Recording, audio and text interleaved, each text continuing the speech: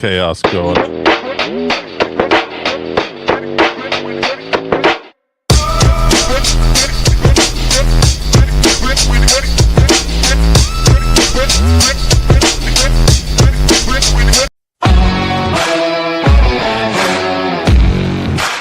You're tuned into SEC Sunday Night, part of the Chief Sports Network.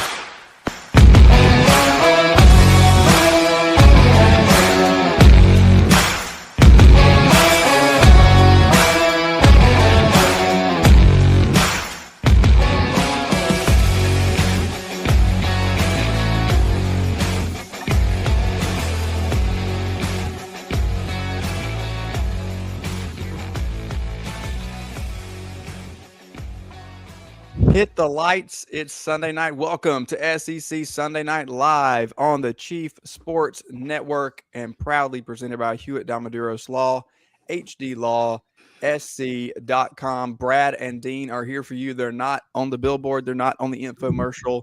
They want to be a part of your family, and you will be a part of theirs when you call Hewitt Dalmaduros Law with your needs regarding personal injury or insurance or anything of the like, dog bites, etc.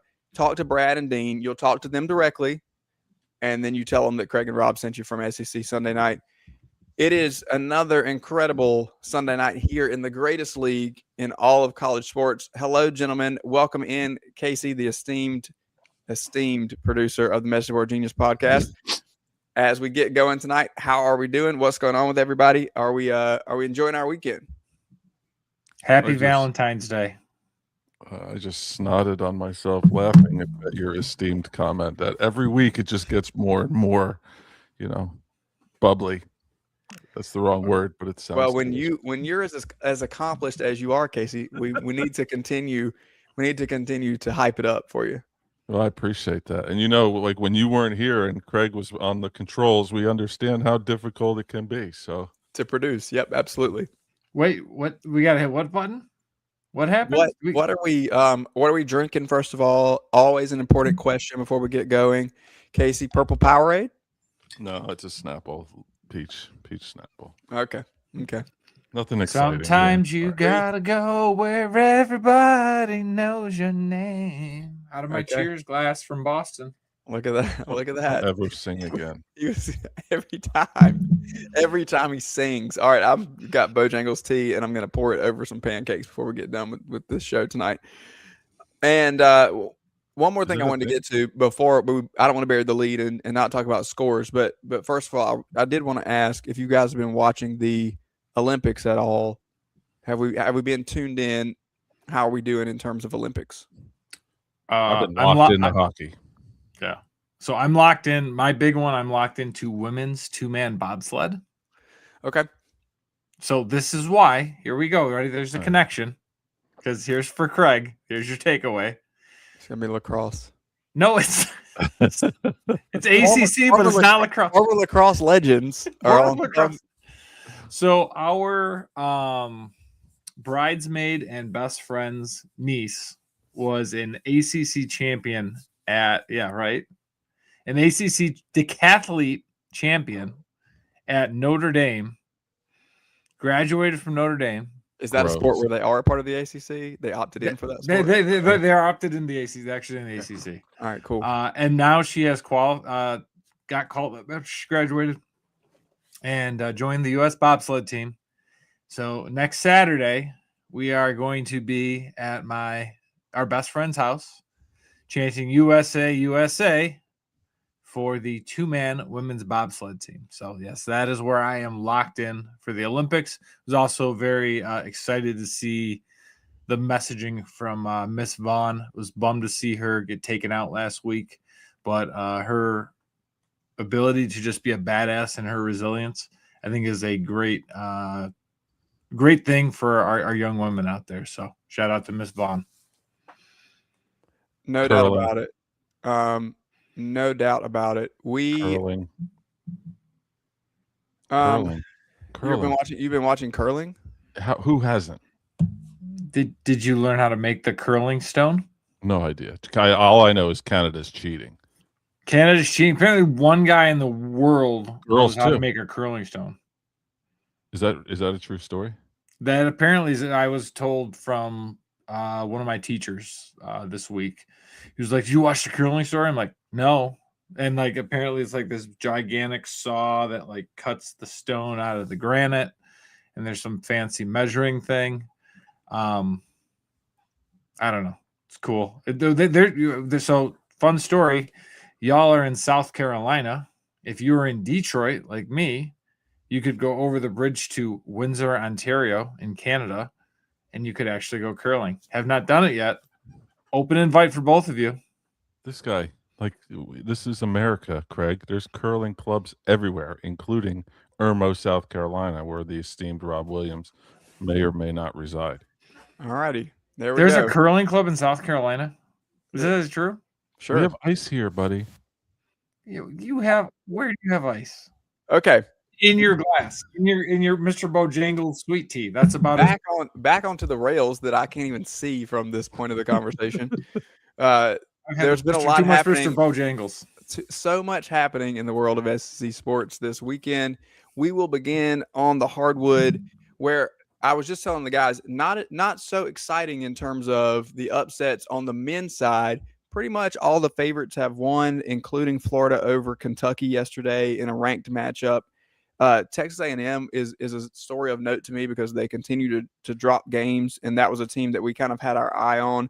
Auburn as well has continued to drop games, although they've had some significant competition, lost at Arkansas yesterday. And so we continue to see the field start to separate just a little bit on the men's side. The women's side is almost decidedly separated already.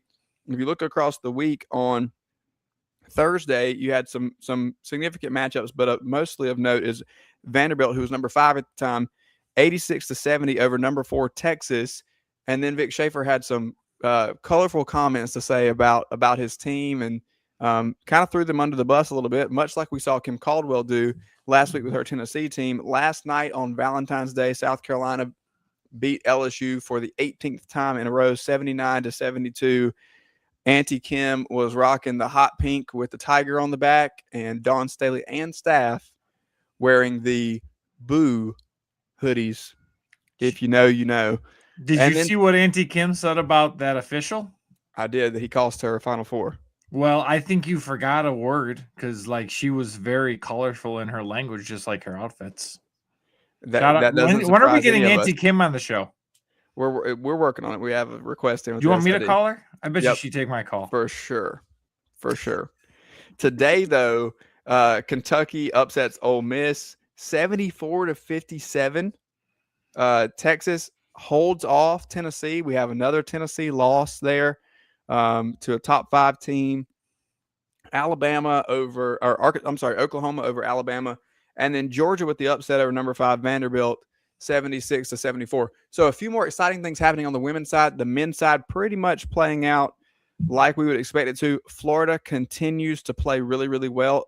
Something to watch. They have another matchup against South Carolina, this time in Gainesville. Last time they played at South Carolina, they won by the largest road margin in the history of the SEC. So we'll see what the Gators have in store this week as well. Is Florida the team to beat in terms of that? In terms of the SEC race at this point, is there any debate left? I think we've spent much of the season kind of saying, look how they're going to separate or not separate. Now it appears that the Gators are that team, and Thomas Houck and then Darius Acuff for Arkansas have really separated themselves as players of the year, in my mind, in the conference. And just as we've said for the past 6 weeks, Gators, Razorbacks may be the top of the class coming out of the SEC this year. Yep. And the biggest, I think, story of the weekend is we finally got the gift to capture the Georgia Bulldogs basketball season. The burning popcorn machine. Did you see this? The popcorn machine caught on fire the other night at Oklahoma. How bad do you think that stunk? I mean, burnt popcorn is probably about the worst that you could go through. But that was not ideal. Also, we got a shout out to Stephen Pearl and the Auburn Tigers, who have now lost their 4th game in a row. Casey, I don't think that's a good thing. Ira's going to be looking for a new job. Ira's going to be looking for I think he can stay though. Daddy will come right back. Bring back Bruce as long as South Carolina or Kentucky don't hire him. I think we'll be okay. It's true. Okay, one more thing. Go ahead. I think that Florida and Arkansas are 1-2, and then there's a significant drop between the rest, like Vanderbilt, Tennessee, Alabama. I know I like Alabama probably out of those three, but I think then there's another drop, and that's where Kentucky, Missouri, A&M, Texas, all the Auburn, whoever else is in the league after that. I just hope we win the NIT. That's really what I'm going for at this point. 17-8 is a good record. 5-7 in the conference is where you're going to get some pushback, maybe, unless the SEC is deemed, the creme de la creme again. And I think that's a question for us to answer a little bit later in the show, as it is game night here on SEC Sunday night, as we get ready for our tour of the SEC and preview of college football season, which is going to be coming up right around the corner, as we all know. Do we get karaoke too? We're gonna play a few games tonight. Let me hit on this just really quickly. Baseball has begun, and it is America's pastime, and it was a fantastic opening weekend across the country. The biggest complaint that I have is that it's almost impossible to follow this mobily. As the average fan. If you're a fan of the SEC and you're trying to keep up with college baseball, we go to the worldwide leader in sports in general for a lot of things, and it is almost impossible to track down your teams on anything ESPN in terms of the app or streaming. You have to scroll for days just to get to it. If you go on your ESPN app right now and you look for college baseball score, you have to click about 5 times to even get to college baseball. And then there's no way to A, follow a team, or B, separate it out by a conference so that you can get to somebody more quickly. You literally have to scroll through every team that played to find what you're looking for. And it seems to me that this is a game that means something to at least the region. It is Craig's made the point that we've seen it kind of die out nationally in some ways. But it is a sport that is important, and it is exciting, and it deserves more coverage than what it gets, in my opinion. Yeah, my buddy Marty Coleman says, like, you have these algorithms, but it's some things that you get on social media and things based on things you think about, but you can't get ESPN to remember the fact that I only watch South Carolina baseball. Like, I have to go through Campbell and Elgin State and Bemidji State versus Upper Nebraska Tech before it even gets to the SEC or the ACC teams. It's like you can't.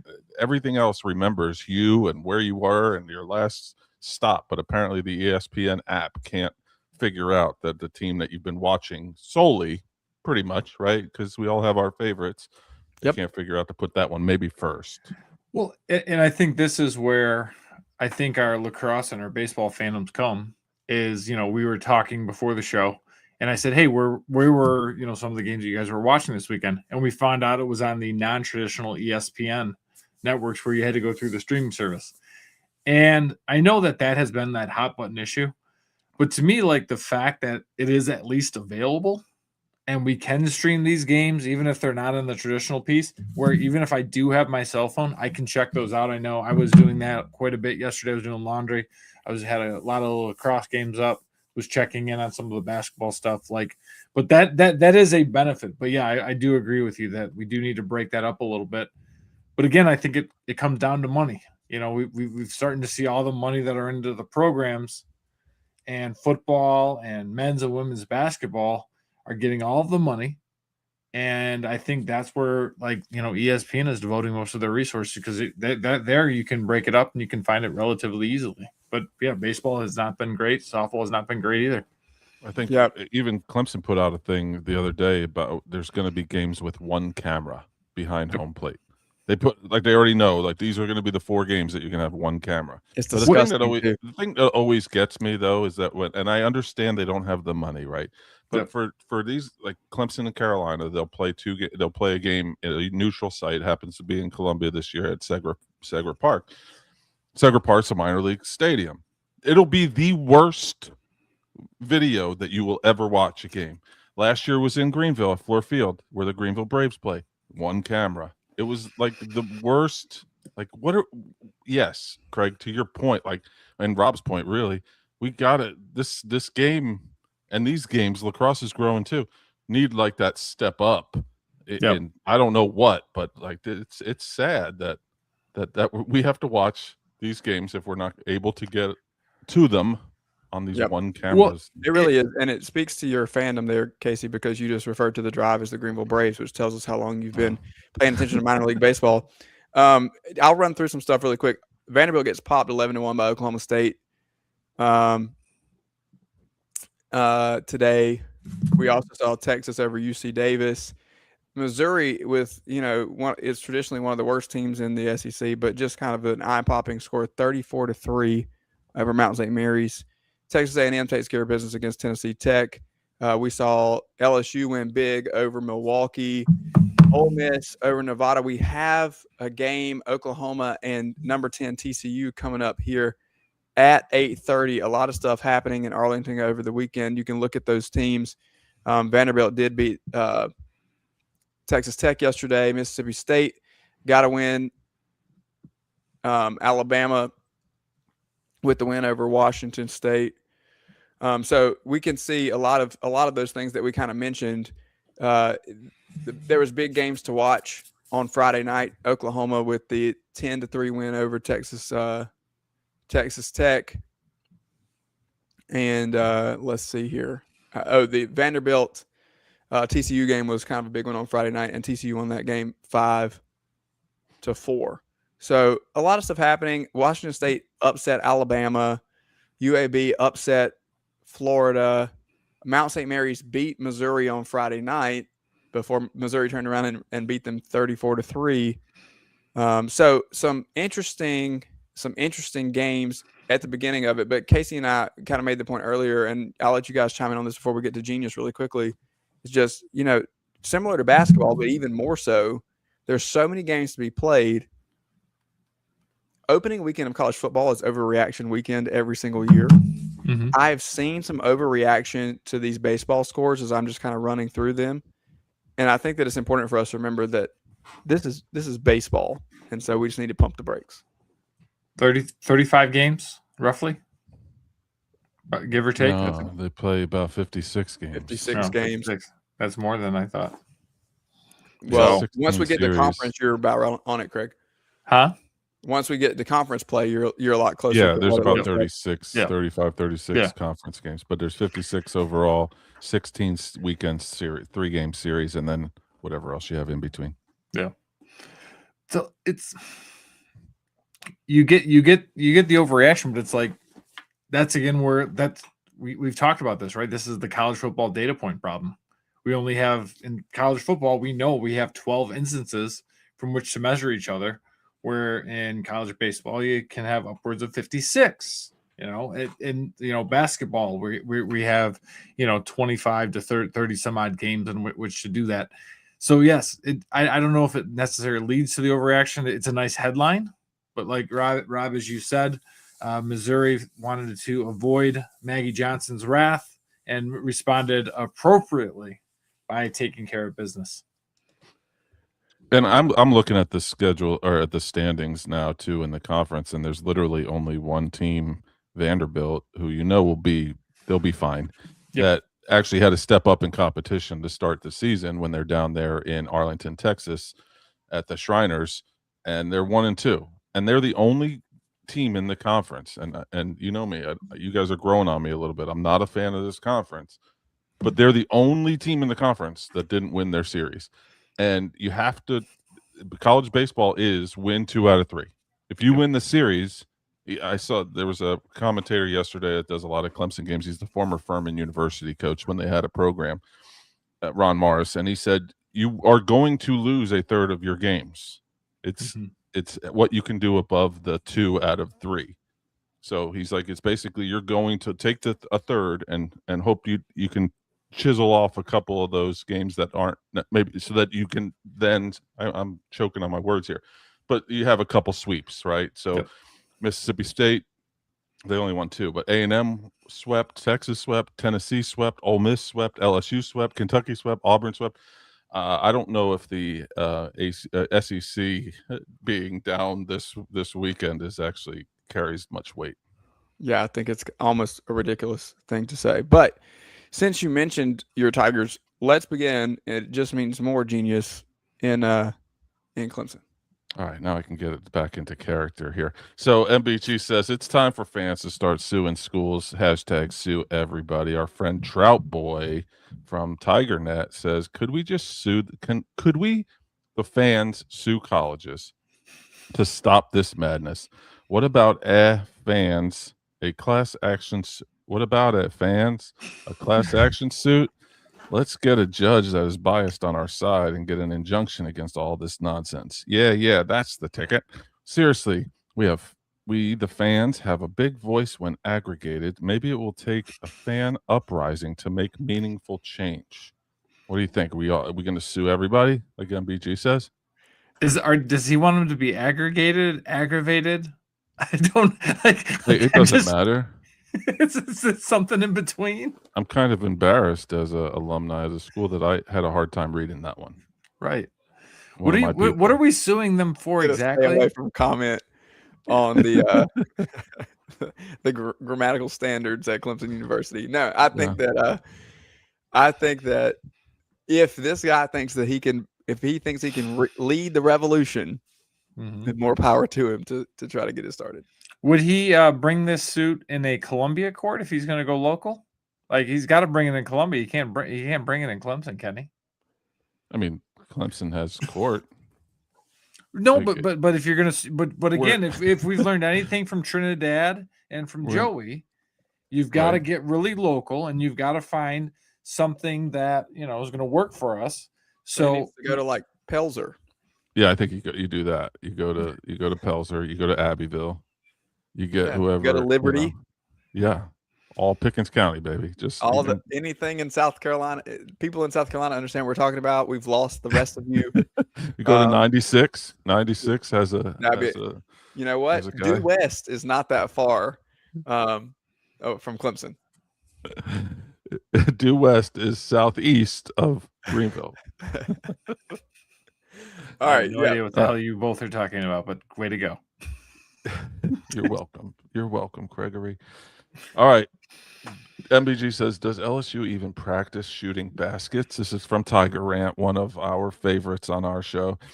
It's from our friend Flying Tiger 82. Says, do the players practice shooting baskets? Do they practice free throws and layups? Because from a not very basketball enthusiast, it seemed like from the pedestrian eye that our team would get ridiculous rebounds, but was unable to sink shots while USCE didn't miss a shot. I don't know how you practice basketball, but I sure hope they practice actually shooting the ball into the net thing. That's why we lost, I think. Again, I don't know jack shite about this sport and have zero to light medium interest, but my wife enjoys it, and she endures me during football season, so I watched it with her.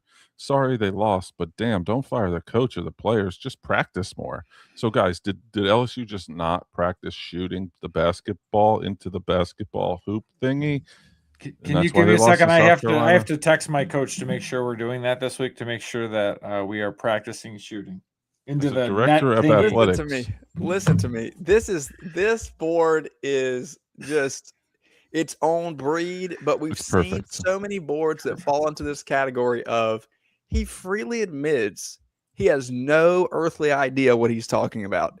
But he's got big opinions. To the point that what was the phrase? The into the net thing, rather than just saying let's shoot the ball into the net. No, we have to put net thing because there could be something more. Not sure if that's the right term.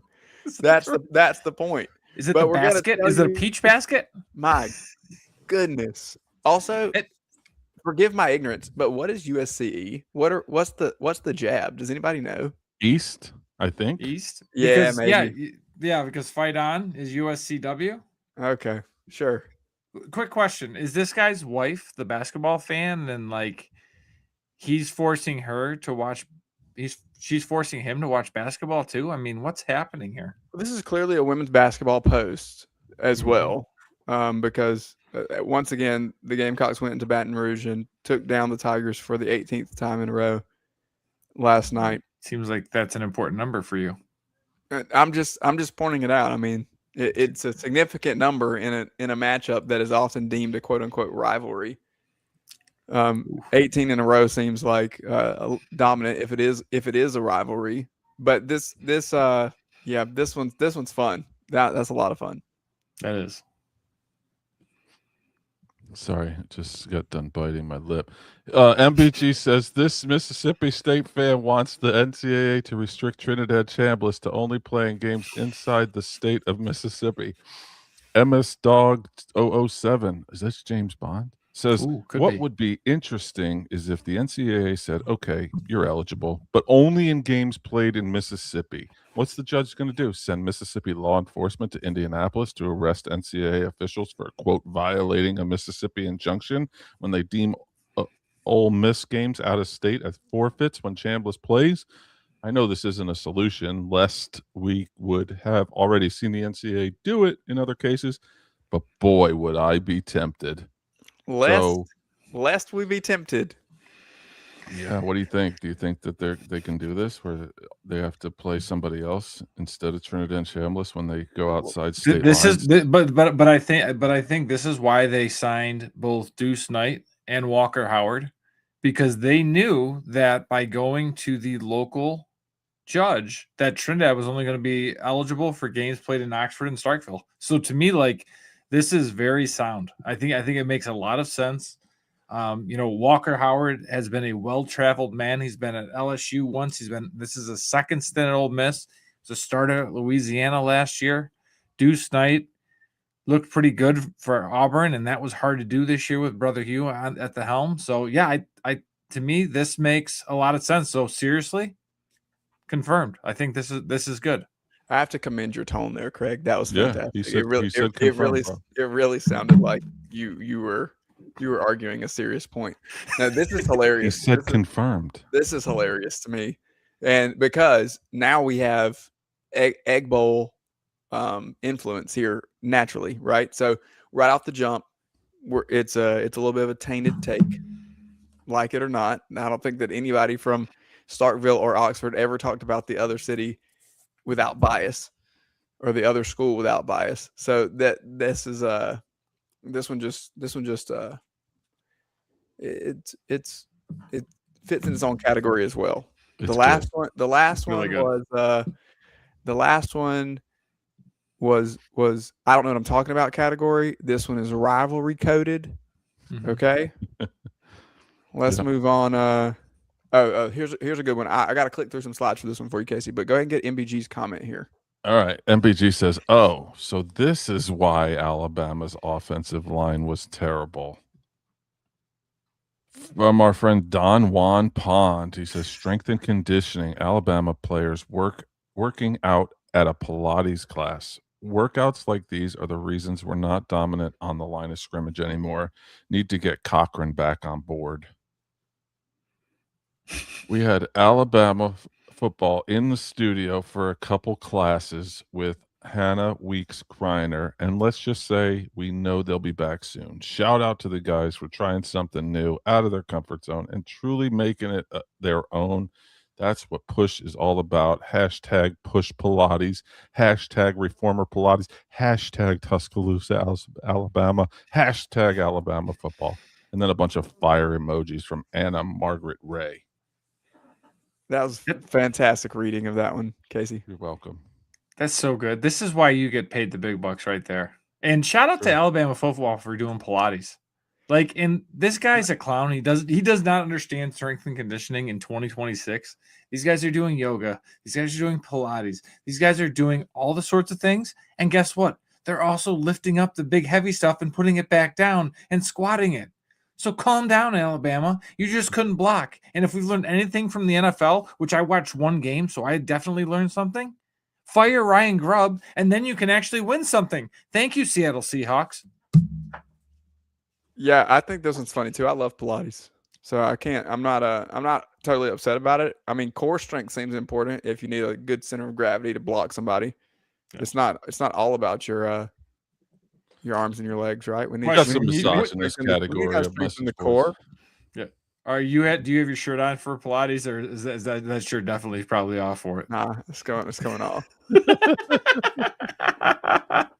Do I know my co-host or do I know my co-host? It's coming off. Wait, for are we sure. doing? Is it like Is it like Bikram, like really hot in there, all that good stuff? Sure, that's how Lane likes it. Or is that Vinyasa or is yoga. that Bikram? It's Bikram, Bikram, okay, that's the good stuff. but Okay, we're not. which- supposed to- But he's disgraced. So can we call it Bikram yoga anymore? I think it's just hot yoga now. Whatever it is. All right. This is very what's the This is a word? good one. It's a good one to end on.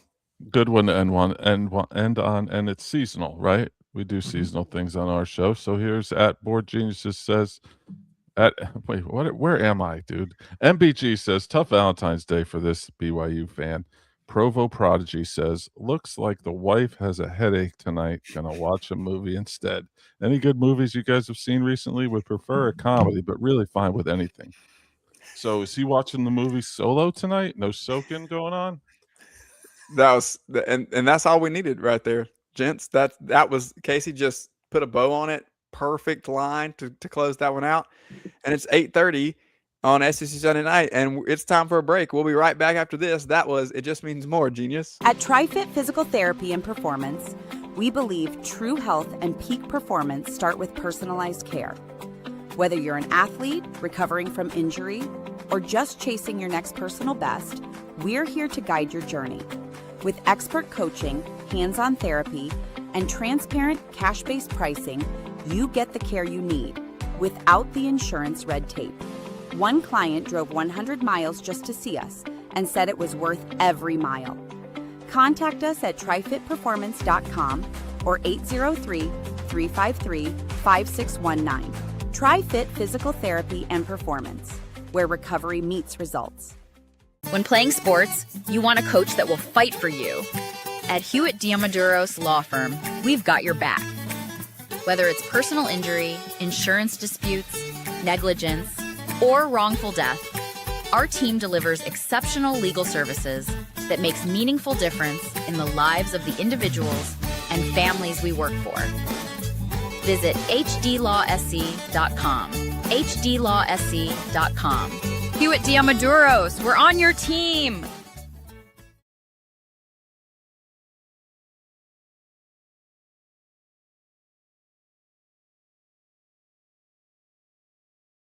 This is SEC Sunday Night on the Chief Sports Network.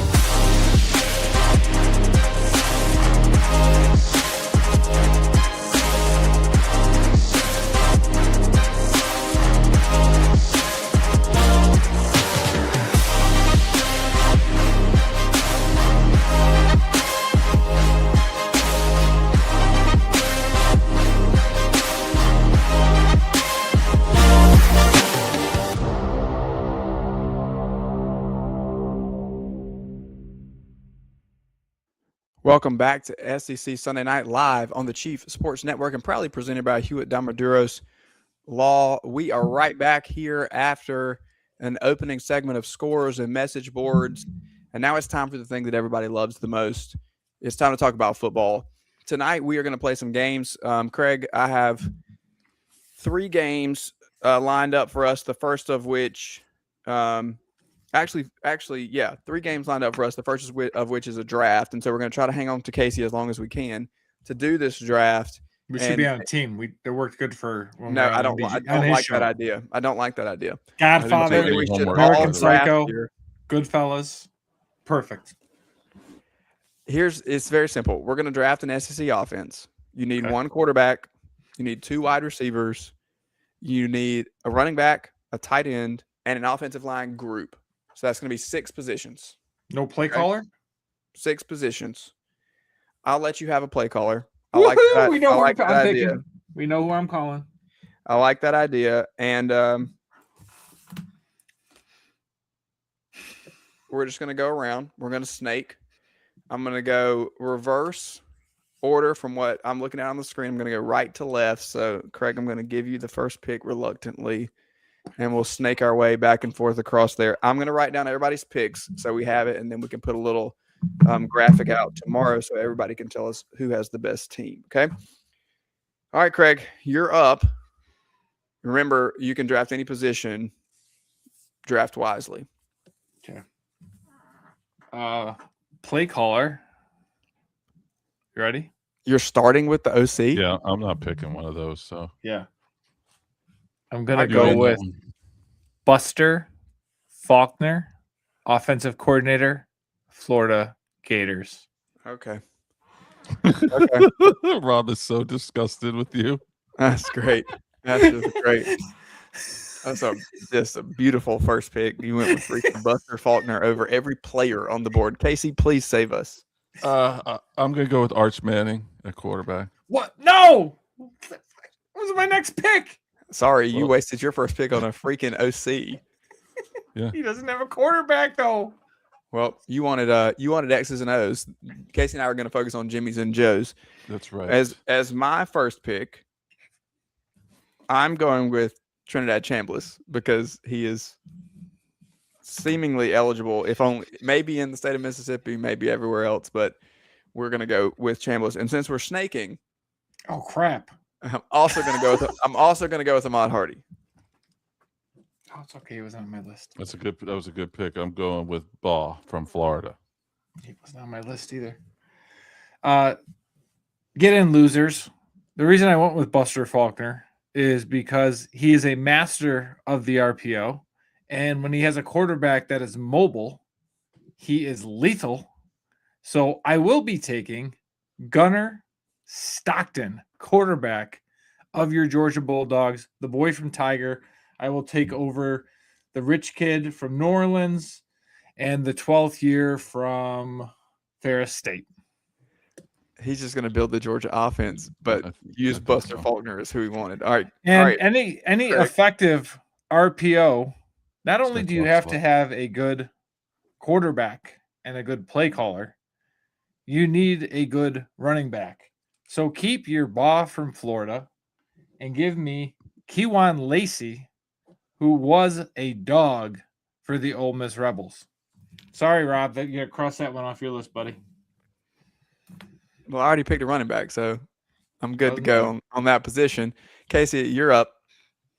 Cam Coleman, Texas. Oh, good one. Fantastic pick. That is a good pick. That's a good pick. You don't understand how fast my fingers are working because I don't even know these players. You're like, I don't even know if these guys declared for the draft or not. I'll show you my Google search history here in a minute. Okay, so now it gets a little bit interesting. Rob's Googling too. No, I'm not. I'm tweeting, but yeah, you can tell when I'm tweeting because I freeze. Now it gets a little bit interesting because now I can make an argument for a couple of different things. But I've solidified my quarterback position and my running back position, and we've taught a lot of skill here so far. Yeah. But we know that when we're building a roster that we need to build from the inside out.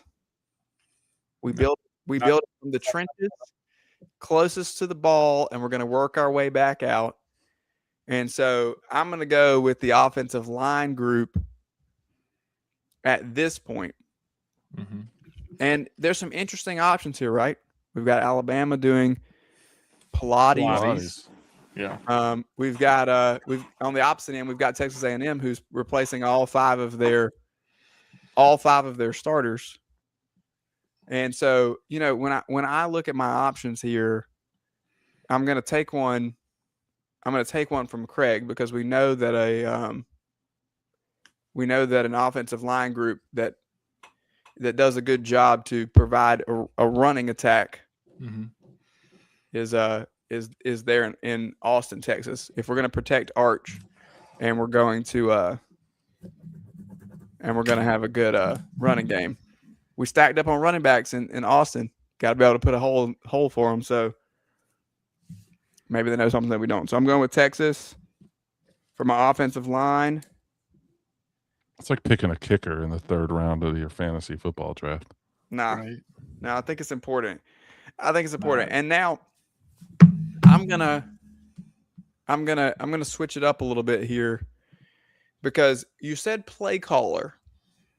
It did. You said play caller. Now, when we have offensive coordinators, you guys correct me if I'm wrong here. Has Kentucky said who's going to actually call plays? Or do we just have an offensive coordinator? Interesting. Yeah, we have. They have an offensive coordinator, but we don't know who's actually calling the plays there. Nope. Oh, so wait a minute. There's still a dynamic offensive play caller in the league. Just move from one team to the other. Mm-hmm. Give me Charlie Weiss Jr. Yeah, but what if he goes to the NFL? So we are doing play callers. Yeah, we are. Do you need a cheat sheet? My fingers are just fine. Thank you.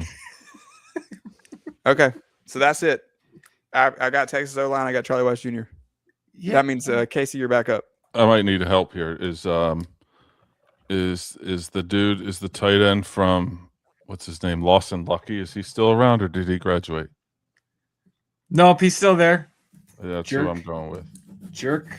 That's really all I'm doing here is just trying to read Craig's mind. So if you need an effective RPO game, you've talked about the quarterback, you've talked about the running back. You also need that deep home run threat. I'm taking Chris Brazzell II from the Tennessee Volunteers as my deep threat wide receiver to help stretch my passing game. And then in my wraparound pick, I too will go with another home run threat. And I'm going to go back to Texas and I'm going to get Ryan Wingo. Those two guys, by the way, little fun fact for you, Casey. Brazzell averaged 17.4 yards a reception, and Wingo was 15.4 this year. That's way too much research for me. I get it. But no, just to let you know, that's what you get for taking my tight end, because now we're feuding. Oh, all right. Well, I'm going to go with Ryan Williams because he's 18. He's 18 now. Isn't he 19? No, he's 18. Until February. Oh, he might be 19 now. Yeah, he might be 19. Isn't that crazy? Okay, in keeping with that theme, I'm going to go, because I only need receivers in the tight end at this point, I'm going to go Isaiah Horton, who is now in Texas A&M, no longer at Alabama. And in terms of a tight end, okay.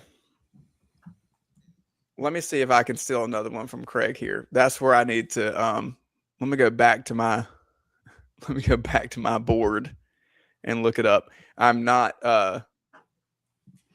Googling. I'm on my sheet over here. Which, am I frozen again? Am I frozen for being on my sheet also?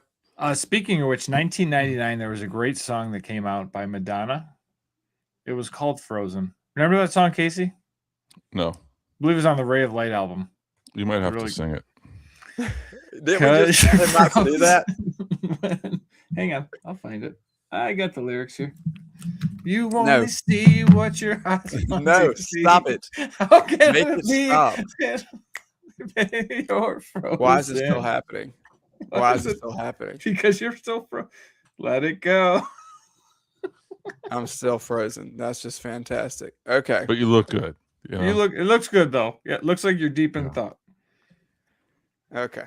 Who's up? How can life be? Come on, what do you got here, buddy? You know what? I'm going to make a homer pick just for a moment. What a shock. There's a lot of fantastic talent in the league. But I'm going to go with I'm going to go on potential here on one cuz I feel like I've already beaten both of you.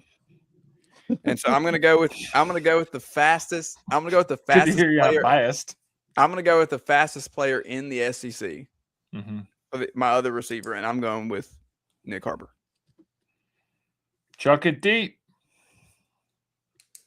All right, Casey, you're up, and you need an offensive line and a play caller. My offensive line who went for offensive line already? Texas. And who else? That's it. That's it. Georgia. Perfect. For tight end, I am going to look at the next great Georgia tight end. Casey took Lawson Lucky, who's a nice pick. But I'm going to go to Elias Williams, 6'7", 255-pound freshman. Look for him to be Darnell Washington Part 2. Okay, just a minute on that, Craig. Are you hearing things? Are you hearing anything big out of Athens in terms of what their expectations there? Because he was a highly rated recruit, and a lot of it's kind of becoming an ongoing thing in Athens to kind of have that strong tight end. And obviously with Bobo, you're going to get featured a lot. Yep. Is there hype kind of building, or are we in that stage yet, or is it still a little too early? So he mixed it up a little bit this year. He played a little bit. Delp got the majority of it, and Lucky sort of kind of filled in there. I'm going to look for Lucky to be kind of that guy that probably would be like a Brock Bowers type role, where he may have his hand in the ground, but he's probably going to be split out more often than not. And I would look for Williams to be the guy that kind of like takes that next step, putting his hand in the ground, kind of being that matchup problem, whether that be at safety or at linebacker. Got it. All right, Casey. Sorry, Craig, you have another. Offensive line? Yes. I'm going to go with the Fighting Maggie Johnsons because I don't want her yelling at me like she yelled at you last week. So I'm going to go with Missouri. Wow. Play caller? I'm going with Steve Sarkisian. That's a good great call. pick. Not if you're in the red zone. Not if you're in the red I zone. almost went with Kendall Briles, but I didn't want to be clipped and put on social media picking Kendall Briles. You would have indeed been clipped and put on social media. There's no doubt about it. I would have made sure that happened immediately. Okay. I'm gonna take another stab here. Is that it? Mhm. Are we done? Other than me? Yeah, you're it. I'm done. I'm it. Okay, at the tight end position, I went back and forth on this. And given what we saw Will Stein do last year with Kenyon Sadiq at Oregon, I got to roll the dice a little bit on one of these Kentucky tight ends. Okay, if you look at the team last year, Rodriguez was probably the most productive out of those that are returning. But you have 2 6'6" tight ends in Elijah Brown and Henry Boyer coming in. But, given the skill set and the catches and the experience, I'm going with Willie Rodriguez at Kentucky. Look at that. Kentucky and Missouri showing up on our board. Look at that for a little space. Well, you got talent across the board. Oh, no, we're not going to get any SEC pretty hats, though, for no LSU picks. I picked Weiss. I picked him by default. All right. There are teams. Let me read them all for you, and then we'll get out of here for one more break. My team, Trinidad Chambliss, Isaiah Horton, Nick Harbor, Ahmad Hardy, Willie Rodriguez, Texas offensive line, and Charlie Weiss Jr. calling plays. Craig has Stockton, Brazel, Wingo, Kejuan Lacey, Mizzou's offensive line. Who did you pick? Oh, Elias Williams. Yep. And Buster Faulkner calling the plays. And Casey with Arch Manning, Cam Coleman, Ryan Williams, Jaden Ball, Lawson Lucky, Georgia's offensive line, and Sark calling plays. You guys let us know who you think won that draft. We'll have it up for you online tomorrow. It is 8:48 here on SEC Sunday night. It's time for another break. Casey, appreciate you as Thanks, always. Casey. We'll be right back with some more games here on SEC Sunday night. When playing sports, you want a coach that will fight for you. At Hewitt Diamaduros Law Firm, we've got your back. Whether it's personal injury, insurance disputes, negligence, or wrongful death, our team delivers exceptional legal services that makes meaningful difference in the lives of the individuals and families we work for. Visit hdlawsc.com. hdlawsc.com. Hewitt Diamaduros, we're on your team. Oh man, the building is on fire. Emergencies and accidents happen, When you're in the middle of a fire or water event, all you want is for things to return to normal as soon as possible. Resto Pros of the Midlands is with you, guiding you through the process and working with you to get your home or office back in working order. They'll answer your questions, discuss procedures, and can act as your advocate when it comes to processing your insurance claim. RestoProsMidlandsSC.com. Open 24/7 when you need them. Quality that is guaranteed. At TriFit Physical Therapy and Performance, we believe true health and peak performance start with personalized care. Whether you're an athlete recovering from injury or just chasing your next personal best, we're here to guide your journey. With expert coaching, hands-on therapy, and transparent cash-based pricing, you get the care you need without the insurance red tape. One client drove 100 miles just to see us and said it was worth every mile. Contact us at trifitperformance.com or 803-353-5619. TriFit Physical Therapy and Performance, where recovery meets results. Yo, what's up? Baby, let's go!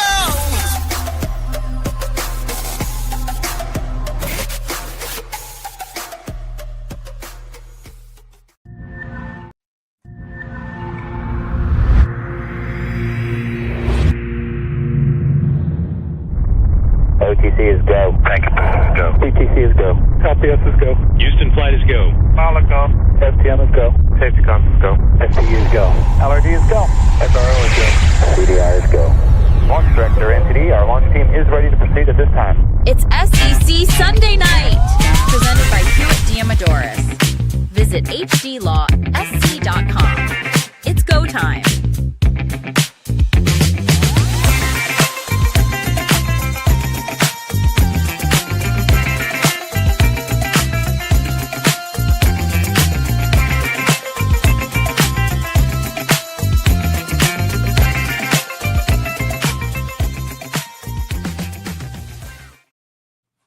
Welcome back to SEC Sunday Night Live on the Chief Sports Network, proudly presented by Hewitt Diamodoros Law. It's been a fun night of kind of jumping back into things.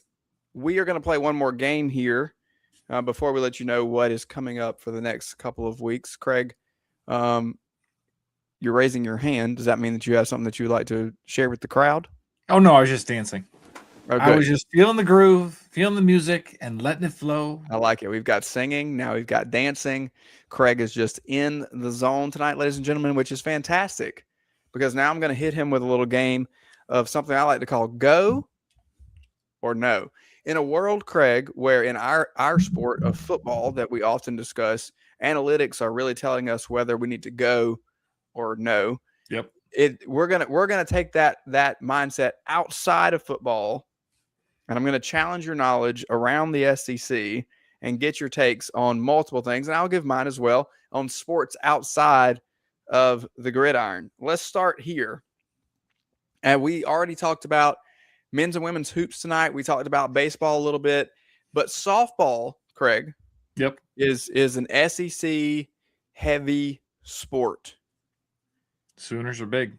So, yeah, 34-0 today for Oklahoma in 5 innings.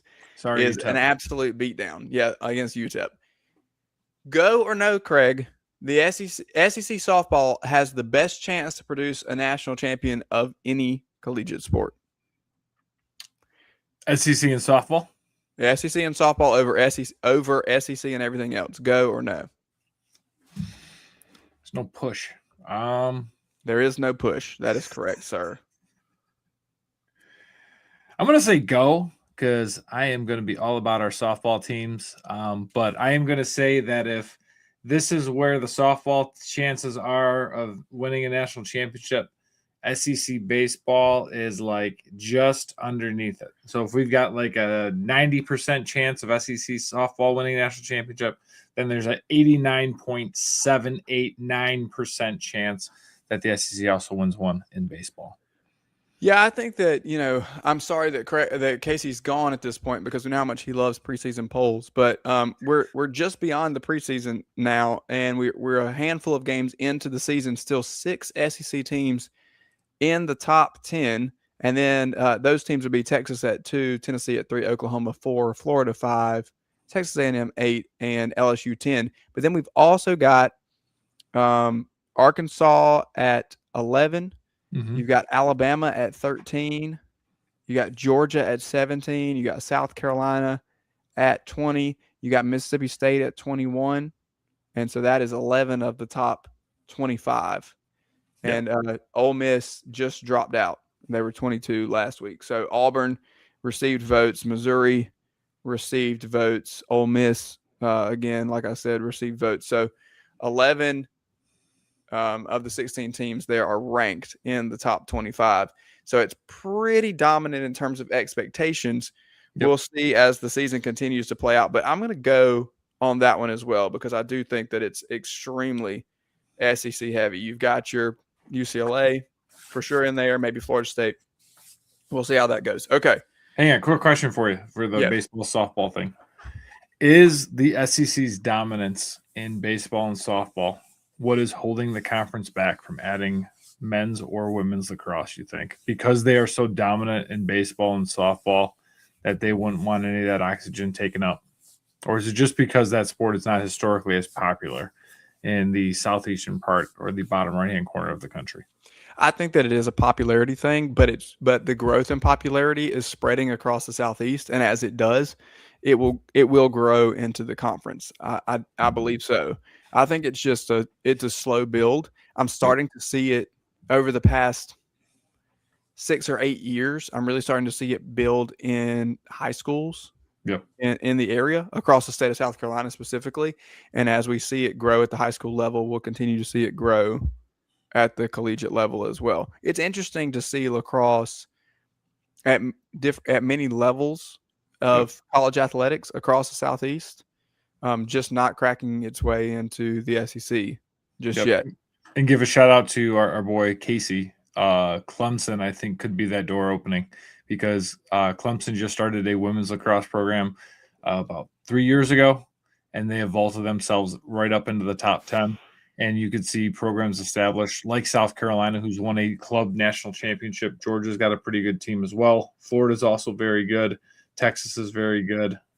There's a natural fit there where you could see a couple of these real big schools possibly inject some money and make them very good. So I appreciate let me go off the rails a little bit there. No, and I think it's definitely a thing where if you put a little bit of money into it, lacrosse is a game where athletes in the Southeastern Conference could jump in and be dominant, just as you've seen, like you said, Clemson's women's lacrosse program jump in and have a lot of success early. You could easily see that across the SEC if they were to put a few resources into it and not really making those cupboards bare elsewhere. All right, to the hardwood. I'm looking at 5 or 6. I'm not looking at 16 too. So yep, for sure. I'm gonna come back to that thought in just a minute as well.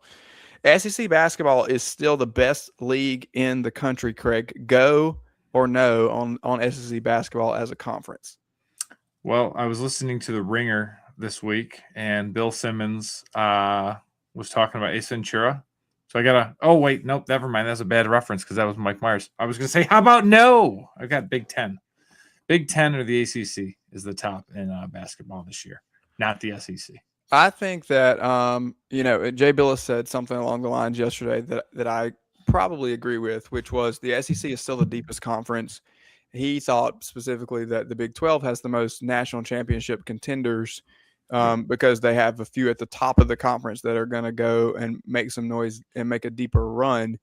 But with Arizona, Kansas, Texas Tech upsets Arizona yesterday, there's a few teams there. I would go on this because I think that the SEC, like we said last week, has a lot of B and C teams.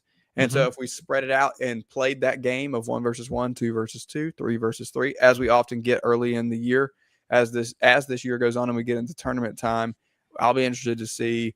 Sweet 16 is really a big measurement for me. Obviously, we're going to measure how many teams make the tournament, and then how many teams are Sweet 16 worthy teams and can fight to that level. I think is a big thing that we should look at. Would 3 be your magic number for Sweet 16? If the SEC gets 10 teams in, I might go with 4. I think 25% of that field would be just something to really look at. And right now, again, you're probably looking at the SEC getting the most teams, and right there at that 9-10 kind of mark. We'll see where that goes. Okay, we touched on this earlier, so we don't need to spend a ton of time here, but I wanted to bring it up here. Number 3, go or no. Opening weekend in college baseball in the SEC is cause for concern. We had some teams at the top, or teams that are expected to be good, dropping some games to some teams that are not expected to be good. And there's a little bit of weird internet fodder and panic. What do you think? Go or no? This is cause for concern. No, there is no cause for concern at all. I'm predicting, I think I did last week on the show, predicted an all SEC championship game with an SEC champion. So we'll be just fine. I'm sure Omaha will be stocked.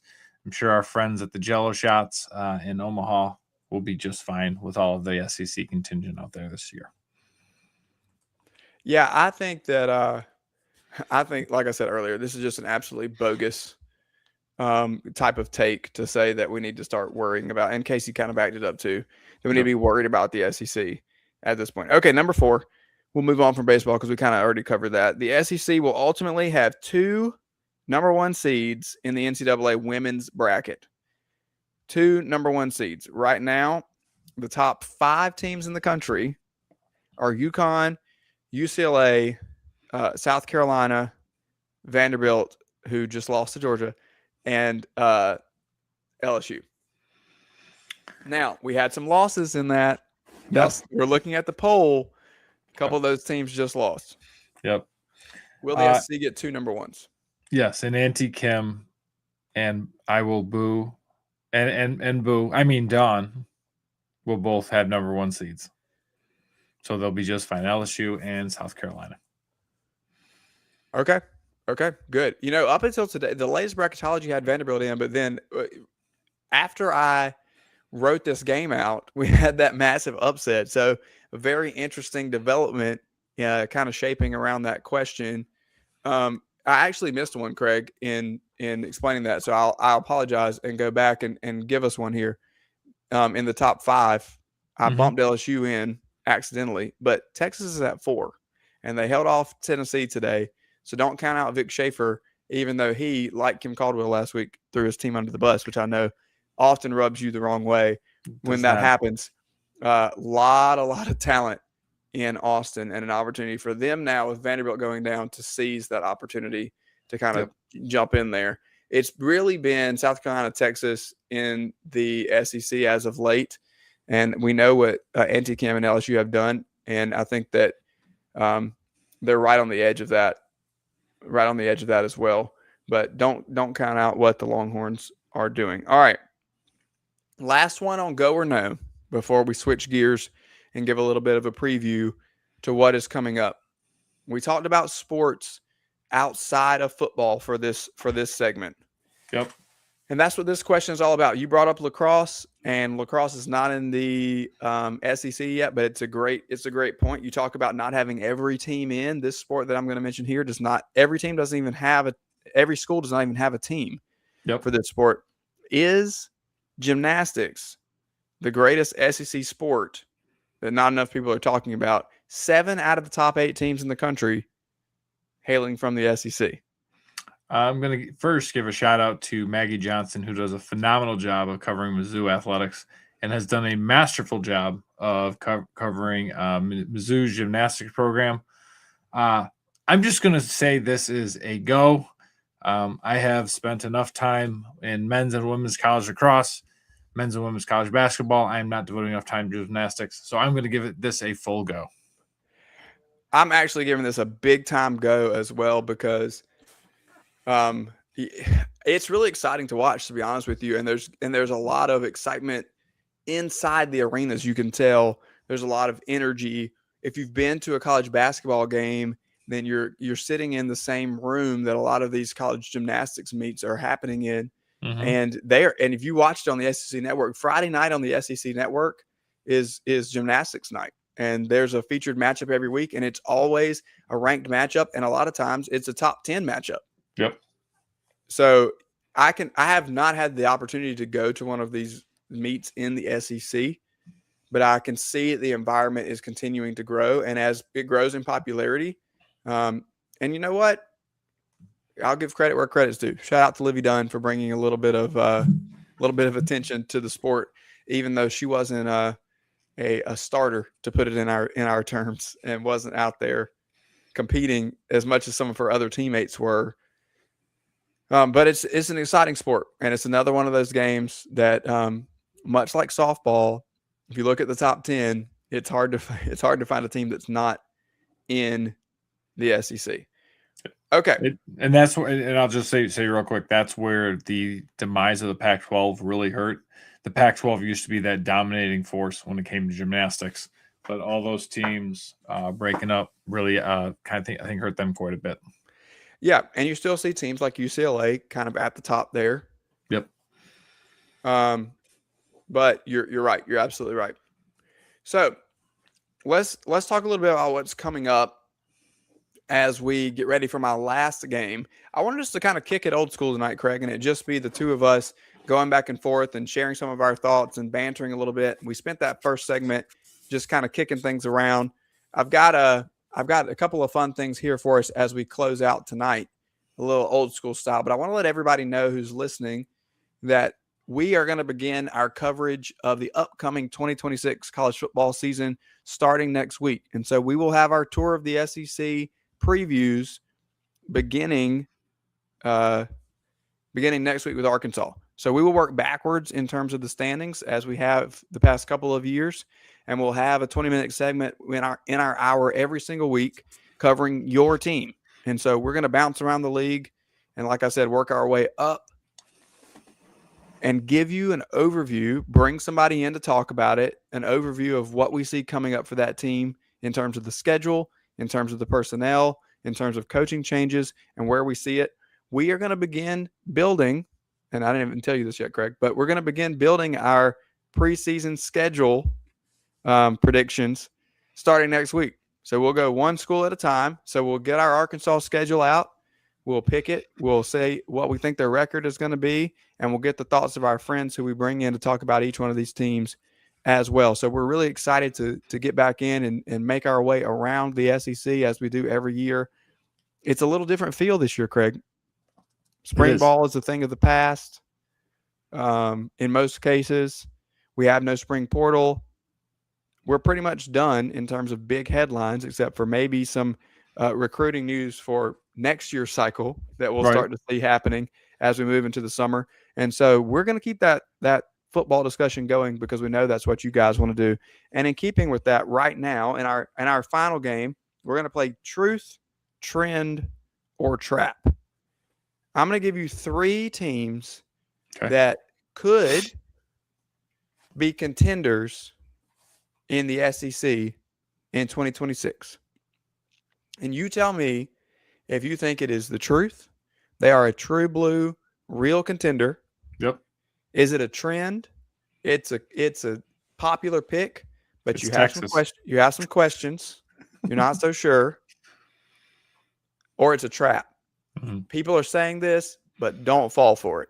Okay. Before we get there, speaking of debates, you sent us something earlier I wanted to throw up here. HBO shows, The Wire, Sopranos, Game of Thrones are kind of known entities. Yep. What is this post that you sent? What is an HBO series that is better than anything else? That is bona fide, gotta go watch it. Yep. One of your favorites. The account here suggests Band of Brothers. You tell us why Band of Brothers is a pick. Is that something that you would endorse? That's truth, by the way. So if we're starting our game early, this is truth. Band of Brothers is the GOAT. Yes, it's patriotic. We've got the Airborne, and everything, all the great things that they did, and you look at the show and you try to think, how the hell could I have survived if I would have done this? But the show, like, you are encapsulated and you are tied in with these men. Just so well done. I know our Uncle Tony is going to be all about The Wire, and he's going to be going after me, saying The Wire might be better. The Sopranos are good. Like, I love The Sopranos. Bada bing, bada boom, all that good stuff. But to me, if we're looking at class, And the thing that holds up is, Rob, you were still in diapers in 2001 when this came out. I remember I was a freshman in college playing lacrosse. This was a Sunday night. Everyone get around the TV to watch episode after episode as it came through. And whether you're watching it in 2001, you're watching it in 2026, it holds the test of time. Band of Brothers is the GOAT. This is something that I hope we don't bother remaking, that we just preserve it, because it is absolutely perfect just the way it is. Yeah, I actually agree. Big fan of Band of Brothers. I've seen it twice, and I actually watched some of it on the plane a couple of years ago, which is an interesting place to watch it. I was coming into Dallas in the middle of a big storm, right as they were about to drop onto the beach, and the plane on my screen is full of guys with dramatic music who know that they are potentially walking into their certain death for their country, and they are terrified. They're in World War II style aircraft. That's not exactly a smooth flight. Nope. And so it's just blaring into my AirPods. The music is incredibly dramatic and just drawing me in. And meanwhile, the physical plane that I was on is going through a nasty thunderstorm and rocking, vibrating, shaking, jerking. And so it was an interesting experience for round 2 of Band of Brothers for me. But I would definitely endorse it. Just maybe not in the middle of turbulence. Dear God, it's me, Robert. Can I please make sure we touch the ground? Maggie agrees with us, by the way. Absolutely. And she has a preview for next week as well. She will not be our Arkansas guest. Spoiler. I got one thing. Shout out to Coach Johnson, who was inducted into, I believe it was the Missouri State Hall of Fame. So shout out to Maggie and her family for Coach Johnson's great achievement. I think he's in multiple Hall of Fames, and so we'll just continue to shout him out for all of those wins and achievements. You are correct, Craig. Good call. All right, truth, trend, or trap? Truth, trend, or trap. Let's begin as hot as we possibly can. LSU. Lane Kiffin is brand new in Baton Rouge. He's got a loaded roster. The hype is out the roof. Are they a true contender? Are they a trendy pick? Or is this a trap? This is a trend. LSU is going to be the 2025 Texas. They are going to get plenty of flowers in the offseason. Look for Sam Leavitt to get the Heisman love. Look for LSU to be very top rated when the preseason polls come out. Opening up with Clemson and at Tiger Stadium.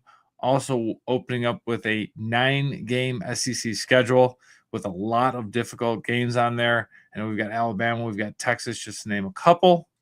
I think LSU will be that 9-3, 8-4 team this year. So look for the Tigers to be a trend. Okay. A trend for LSU, he says. Did I do that right? You absolutely did it perfectly. And I think that as we look at LSU, it's only fitting that we also look at Ole Miss, right? Mm-hmm. The place where Kiffin departed, but I think indisputably number 1 quarterback in the league in Trinidad Chambliss. I think we can make a strong argument for Arch, but given what we saw out of Chambliss last year and the run to the playoffs, I'm going to give him the nod in terms of top quarterback, assuming that everything holds and that he is going to remain eligible heading into 2026. You got the number 1 quarterback in the conference, and you are heading into year 1 under Pete Golding.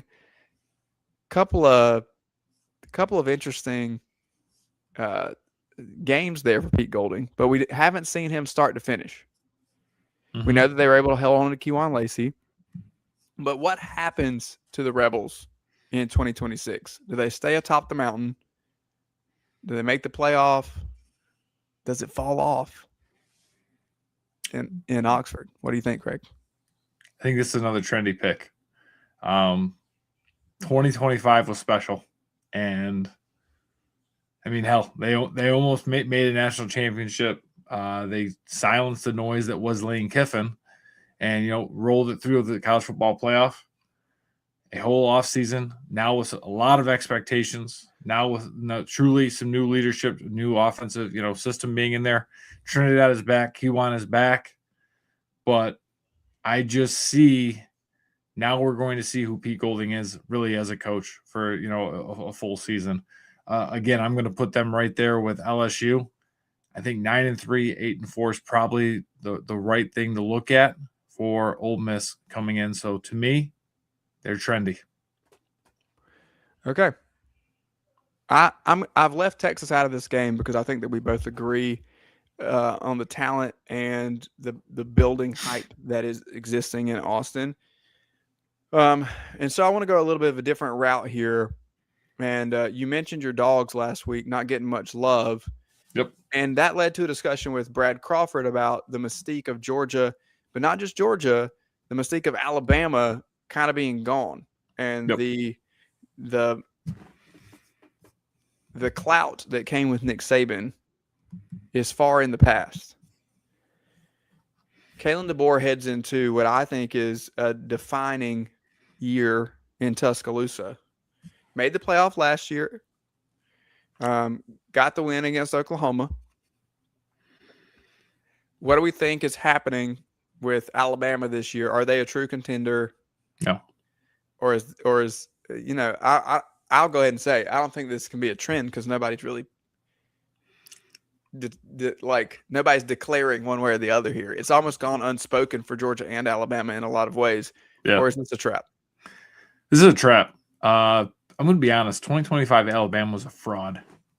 They should not have made the playoffs. They were embarrassing down the stretch in the SEC. They got clowned in the SEC championship game. They beat a bad Oklahoma team, and then they got clowned in the Rose Bowl and got kind of what they deserved. This is not trending right for Kalen DeBoer. The team is talented, but it just looks more difficult than I think it should or that we've come to expect from Alabama. Whether right or wrong, sorry, dude, this is what you signed up for. You took over Nick Saban's team. So to me, this is a trap. This will be Kalen DeBoer's last year in Alabama. Okay, I'm going to push back a little bit because I have built faith in Kalen DeBoer based on his track record over the course of his career, and I haven't seen enough to make me lose that faith to this point. My biggest question when it comes to Alabama is obviously we have a change at the quarterback position, and we're unsure of who's going to step into that role. I personally love what Keelan Russell brings to the table, and I would love to see him step in as we have seen many players step in after a year, kind of learning the system. He's a true sophomore. Can he come in and take this thing by the reins and be a quarterback in this DeBoer Grubb system who brings a little bit of a different skill set to the table, a little more mobility, obviously, than what you had with Ty Simpson last year? Can he be accurate with the football in the intermediate and deep passing game in a way that allows them to move it? But, last year it was the running game that really held them back and caused them to struggle. And we need to know if the Pilates is going to work for this offensive line, and if they can truly take a step up to free up the running backs. Because if not, and you have a true sophomore in Keelan Russell back there running that offense, he's going to be under a lot more pressure, and I think that'll make the job a lot harder for him. So starts in the trenches for Alabama, and in traditional sense, I'm not saying anything groundbreaking here. This is the most basic take that you could possibly have, but it's the truth when it comes to the Crimson Tide. Can they improve on the offensive line? Can they establish the run? And then can they get consistent, accurate play from the quarterback position? It's a little bit of a throwback. Can we get a Greg McElroy looking offense in Tuscaloosa? Because if we do, I think they remain consistent because of the level of talent they have on the roster. The key to a Greg McElroy offense is Barrett Jones at center. And they were missing that. And then here's my question for you. Was Caden Proctor if we're going to do this game, is he a trap? Is he a trend? I mean, like, he got a lot of solid. He got a lot of sizzle, and like, he was a big dude. He went to Iowa, came back to Alabama, caught a pass against Georgia, ran over a cornerback. There was always sizzle with Caden, but that offensive line wasn't good enough. And again, if Caden Proctor is who we thought he was, they should just ran it behind him not every time, but like, it should have been a consistent thing where like they run behind him and they're good to go. And it just was not the case. Well, if the Super Bowl taught us anything, as you referenced earlier, I think it taught us that the offensive line is a unit, right? And we should have known that long before that game. But I think that Will Campbell caught a lot of heat for his performance in the Super Bowl. But you have to look at what Jared Wilson did beside him at the guard position that kind of put that whole left side in a bad spot, because neither of them really played well. And all of that blame was shifted out, no pun intended, on Will Campbell at tackle. I think when you talk about Caden Proctor, you have to be able to look at the entirety of the unit. And you said that, you don't have Barrett Jones at the center. Right. You don't have the pieces around him. And so I think that it's a both and type of answer. And I'm not trying to cop out there. Right. But I do think that Caden Proctor had his moments. And I think that he has the measurables and he has some skills to be an elite tackle. Oh, I expect him to be the first tackle off the board. Like, you know what I mean? Like he's gonna check all the boxes at the pro day, at the combine. He's gonna do all he's got everything you look at. But he did have moments where he didn't live up in terms of his performance on the field. And when all five pieces are not gelling and we're not working together in terms of a unit, then it's going to reflect poorly on him as well. So sometimes it's his fault, sometimes it's the unit's fault. I want to throw one more at you, Craig, before we get out of here. And Maggie's been in our chat box over here active, and I don't know if she's still listening or not, but bring her in. Truth, trend, trap. Eli Drinkwitz gets Austin Simmons at the quarterback position. He brings back his running backs. You got a lot of talent in Como that maybe we haven't seen before. I've been on record here saying that I believe that he's got the best quarterback that we've seen him have in terms of raw talent for his entire tenure at Missouri. Is that something that gets the Tigers over the hump? And maybe we see them breaking out. The schedule's a little dicier this year than what we're used to. Missouri has become the butt of the joke, right? In terms of they get a good draw of the SEC. It's an easy schedule. We joked with Maggie last year that, they didn't have to leave. They didn't have to leave Columbia, Missouri until November. And right. I think they played 17 games at home. I'm not sure how many they played on the road. For those of you who are just tuning in, there's 12 games in the regular season. So I don't know. I think the schedule's a little more difficult this year is my point. And I don't know if they have the overall personnel to break through in terms of an SEC championship, but can they get into that 5-team discussion to get into the college football playoff with Austin Simmons at quarterback? No. Truth, trend, trap. Trap. So this is their SEC slate. They not much to talk about in the non-conference. They are playing at Kansas, which will be a fun one, but seems like Lance Leipold stalled a little bit there. At Mississippi State, I think we both expect Jeff Lebby to be a little bit better next year.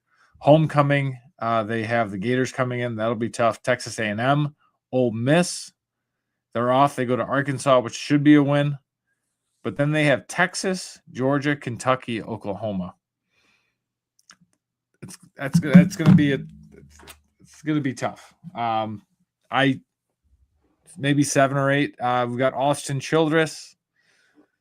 I didn't say the name right today. The heck is it? Austin Simmons. Thank you. I don't know where I had Austin Childress on my head, but whatever. Austin Simmons, strong left arm, pretty heady kid. Let's see what he's got for Missouri.